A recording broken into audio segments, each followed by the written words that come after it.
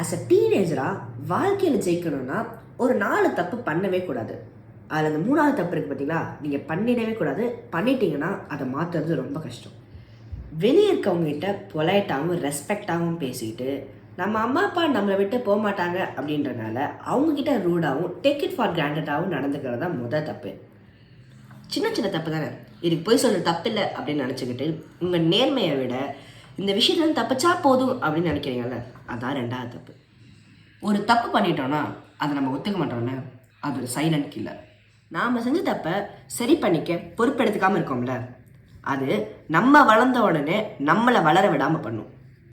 இந்த ஈகோ ஒரு ட்ராப்பாக மாதிரி சிமெண்ட் மாதிரி நம்மளை பிடிச்சிக்கிட்டு வளரவே விடாது. இதுதான் மிகப்பெரிய தப்பு. Social media, gaming, OTT platforms இது எல்லாமே நம்மளுடைய ஃபோக்கஸ், க்ரியேட்டிவிட்டி, மென்டல் ஹெல்த் எல்லாத்தையும் அடியோடு அழிக்குது. இந்த 4 தப்பில் ஏதாவது ஒரு தப்பை நீங்கள் பண்ணிகிட்ருக்கீங்க அப்படின்னா உடனே மாற்றிக்கோங்க, இல்லைனா உங்கள் லைஃப்பை இது ரிஸ்கில் வைக்கும்.